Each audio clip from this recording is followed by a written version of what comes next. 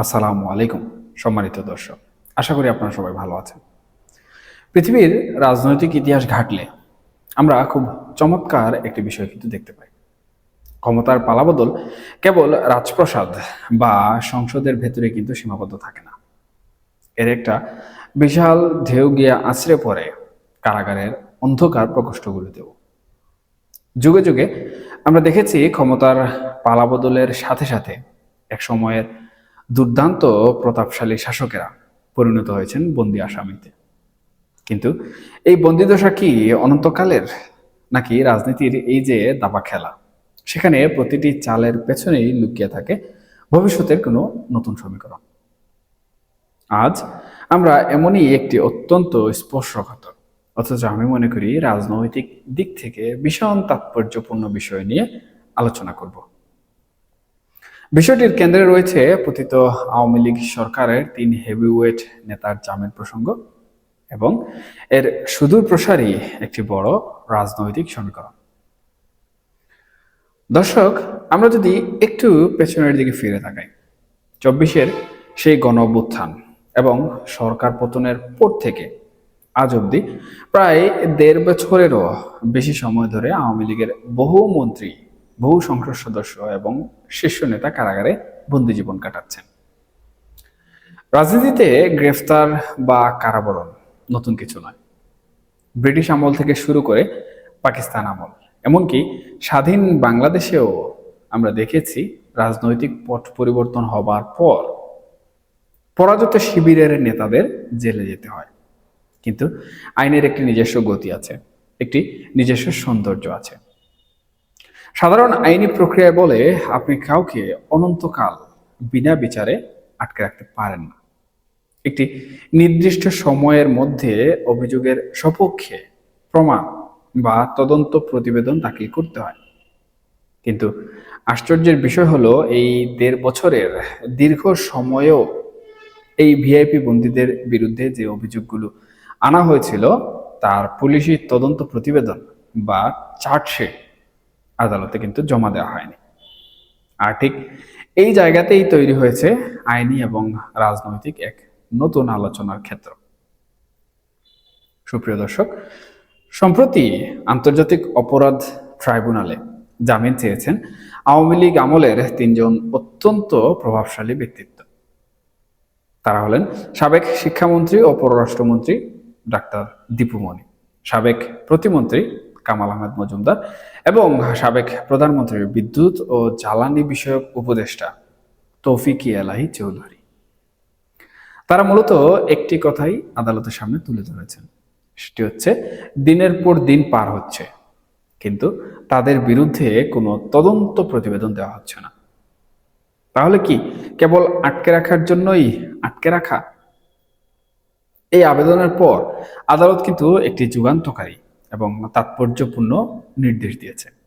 সেটি হচ্ছে আগামী 26শে জুলাইয়ের মধ্যে পুলিশকে তদন্তের অগ্রগতি প্রতিবেদন দাখিল করতে বলা হয়েছে।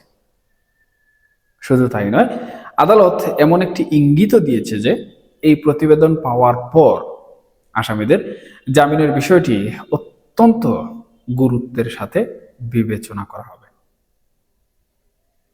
দর্শক, একবার ভাবুন তো, এই পুরো ঘটনার মধ্যে কি কি আছে। আমি মনে করি একটি মানবিক দিকও কিন্তু অত্যন্ত গভীরভাবে এখানে জড়িয়ে আছে। আমরা হয়তো অনেকেই সামাজিক যোগাযোগ মাধ্যমে সেই হৃদয় বিদারক দৃশ্যটি দেখেছি, যেখানে ডাক্তার দীপু মনির অসুস্থ পক্ষাঘাতগ্রস্ত স্বামী হুইল চেয়ারে করে আদালতে এসেছিলেন তার স্ত্রীর সাথে একটু দেখা করতে। মানুষটি নিজে নড়াচড়া করতে পারেন না, তাকে হুইল চেয়ার শুদ্ধ উঁচু করে নিয়ে যেতে হচ্ছিল। রাজনীতির যত রূঢ়তা বা নির্মমতা থাকুক না কেন, এই দৃশ্যগুলো কিন্তু সাধারণ মানুষের মনে, আমি মনে করি, এক ধরনের দাগ কাটে। তখন প্রশ্ন ওঠে, বিচারের নামে আমরা কি কেবল প্রতিশোধের বৃত্তেই এখনো ঘুরপাক খাচ্ছি, নাকি সত্যি আইনের শাসন প্রতিষ্ঠা করতে চাইছি? এখন আসুন মূল রাজনৈতিক বিশ্লেষণে। যদি সত্যি আগামী 26শে জুলাইয়ের পর ডাক্তার দীপু মনি, কামাল আহমেদ মজুমদার কিংবা তৌফিক এলাহি চৌধুরীর মতো নেতারা জামিন পেয়ে যান, তবে বাংলাদেশের রাজনীতির আগামী দিনের রূপরেখা কেমন হতে পারে এটিকে কি আমরা কেবল একটি স্বাভাবিক আইনি প্রক্রিয়া হিসাবে দেখব? রাজনীতিতে আসলে কোনো কিছুই বিচ্ছিন্ন ঘটনা নয়। অনেকেই মনে করছেন যদি এই জামিন মঞ্জুর হয়ে যায় তবে সেটি হবে বর্তমান ক্ষমতাসীন বিএনপি সরকারের পক্ষ থেকে আওয়ামী লীগের জন্য এক ধরনের প্রচ্ছন্ন গ্রিন সিগন্যাল বা সবুজ সংকেত। দেখুন সুপ্রিয় দর্শক, আপনারা হয়তো ভাবছেন বিএনপি সরকার কেন তাদের চির প্রতিদ্বন্দ্বী রাজনৈতিক দলকে এমন একটি সুযোগ দেবে। এর পেছনে কিন্তু লুকিয়ে আছে রাজনীতির এক নিগূঢ় দর্শন। ইতিহাস সাক্ষী, কোনো বড় রাজনৈতিক দলকে দীর্ঘদিন মাঠের বাইরে বা পুরোপুরি নিশ্চিহ্ন করে রাখা কিন্তু যায় না। উপমহাদেশের রাজনীতিতে আমরা দেখেছি চরম বিপর্যয়ের পরও রাজনৈতিক দলগুলো ফিনিক্স পাখির মতো ভস্য ছাই হয়ে জেগে ওঠে। বর্তমান বিএনপি সরকার হয়তো উপলব্ধি করতে পারছে যে একটি গণতান্ত্রিক রাষ্ট্র কাঠামোকে মজবুত করতে হলে এবং আন্তর্জাতিক মহলের কাছে নিজেদের একটি পরিপক্ক গণতান্ত্রিক সরকার হিসাবে প্রমাণ করতে হলে বিরোধী দলগুলোকে একটি স্পেস, কিংবা আমরা সাধারণভাবে বাংলা ভাষায় যেটি বলি জায়গা, সেই জায়গা দেয়া প্রয়োজন। বিনা বিচারে দীর্ঘদিন নেতাদের আটকে রাখলে আন্তর্জাতিক মানবাধিকার সংস্থাগুলোর চাপ যেমন বাড়ে, তেমনি দেশের ভেতরেও এক ধরনের নীরব অসন্তোষ কিন্তু দানা বাঁধতে পারে।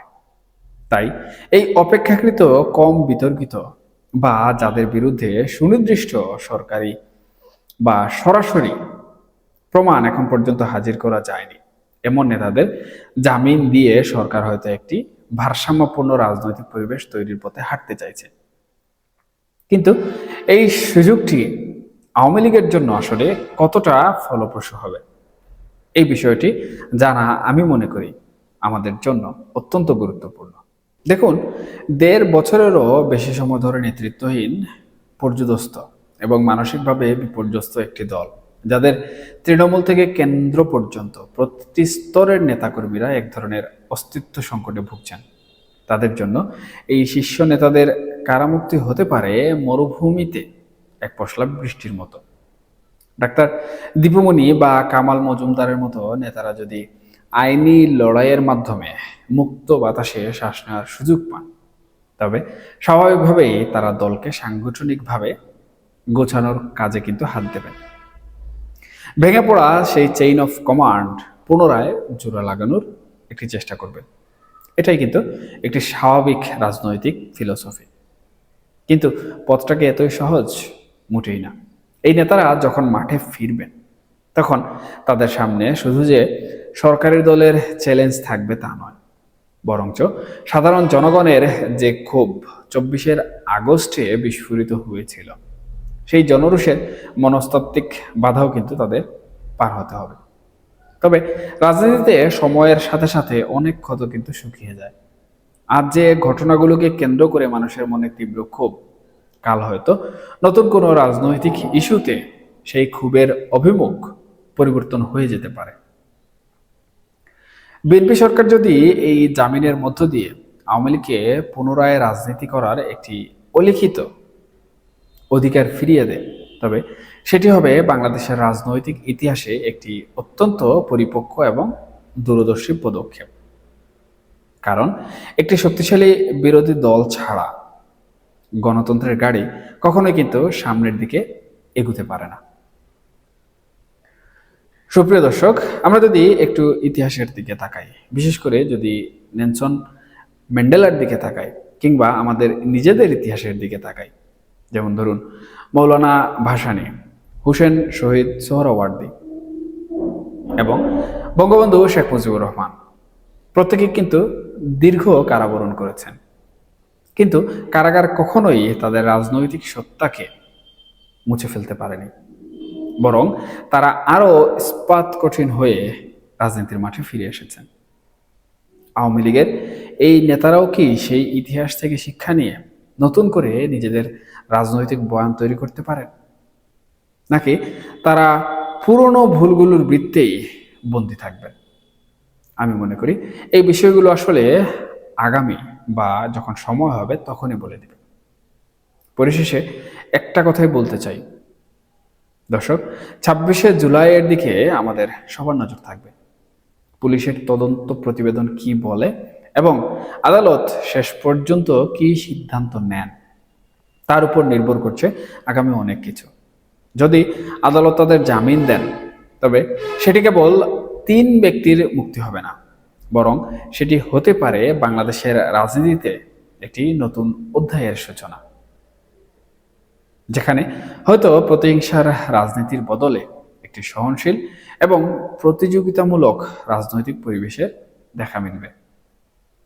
সময়ের এই অদ্ভুত সমীকরণে কে জিতবে আর কে হারবে তা হয়তো আজকের এই দিনে বলা মুশকিল। তবে রাজনৈতিক এই দাবা খেলায় প্রতিটি চাল যে অত্যন্ত হিসাব নিকাশ করে ফেলা হচ্ছে তার বলার অপেক্ষা রাখে না। এই আলোচনা এখানেই শেষ করছি। সবাই ভালো থাকবেন, সুস্থ থাকবেন। রাজনীতির এই জটিল সমীকরণগুলো আমরা চেষ্টা করব এভাবেই আপনাদের সামনে সহজ করে তুলে ধরার জন্য। আর সবথেকে গুরুত্বপূর্ণ বিষয়টি হচ্ছে, এই আলোচনা প্রসঙ্গে আপনাদের যদি কোনো মন্তব্য থেকে থাকে, সেটা পক্ষে হোক বিপক্ষে হোক, ভালো হোক কিংবা খারাপ হোক, আপনারা অবশ্যই কমেন্ট বক্সে জানাতে ভুলবেন না। কারণ আপনাদের মন্তব্য বা আপনাদের কমেন্টস আমার জন্য অত্যন্ত গুরুত্বপূর্ণ। আমি সেখান থেকে শিক্ষা অর্জন করি। আল্লাহ হাফেজ।